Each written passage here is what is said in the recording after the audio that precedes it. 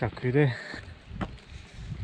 Evo me, ovo je Engedi, jedan prirodni rezervat u kome se nalazi biljne životinjske vrste, ali i jedna oaza u pustinji. Tu ima jedan potok, to jest rijeka, izvor koji se zove Davidov. To je mjesto gdje se David kupao i gdje se David odmarao bježeći od Saula.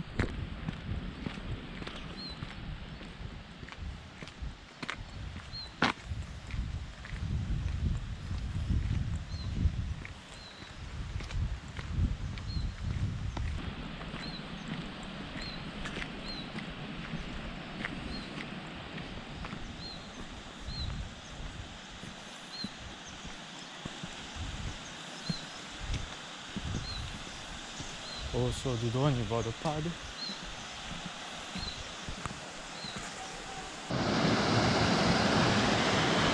U sred pustinje. Okolo su sve pješčane pustinje sa vrlo oskudnom vegetacijom.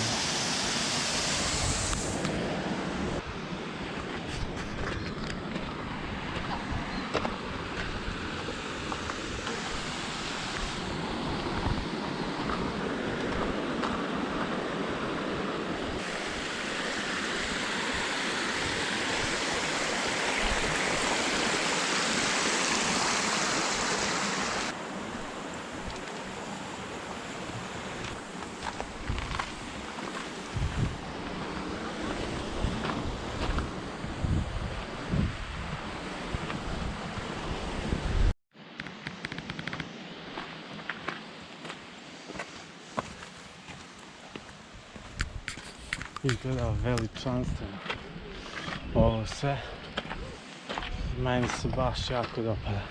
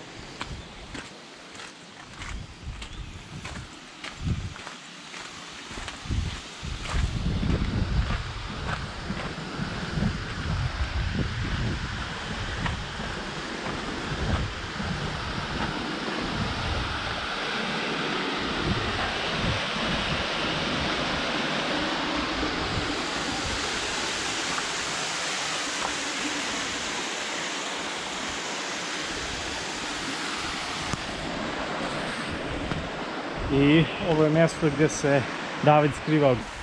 On se ovdje odmarao i on je ovdje bio u pravom raju na zemlji, definitivno.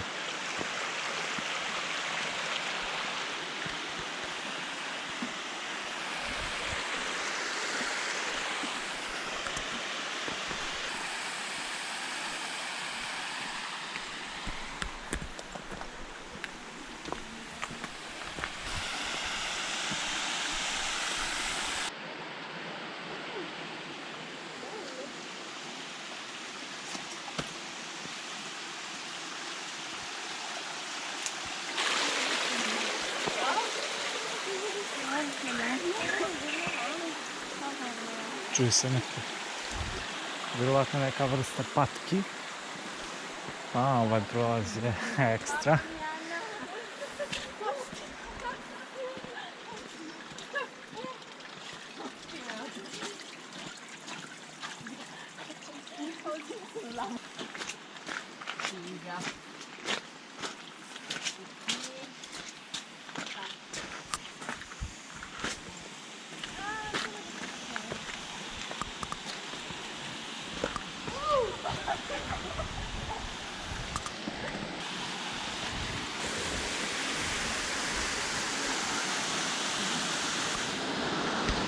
A ovdje je i veliki Davidov vodopad. Prekrasno izgleda, zaista baš prekrasno. Ambijent je preodličan.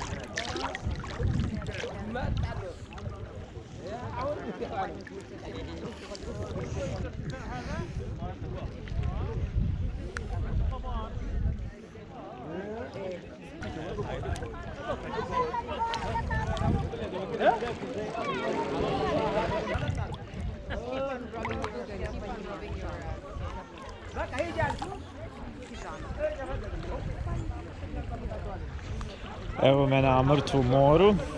Zove se mrtvo zato što nema života u njemu, dakle nema nikakvih ni biljnih ni životinjskih vrsta.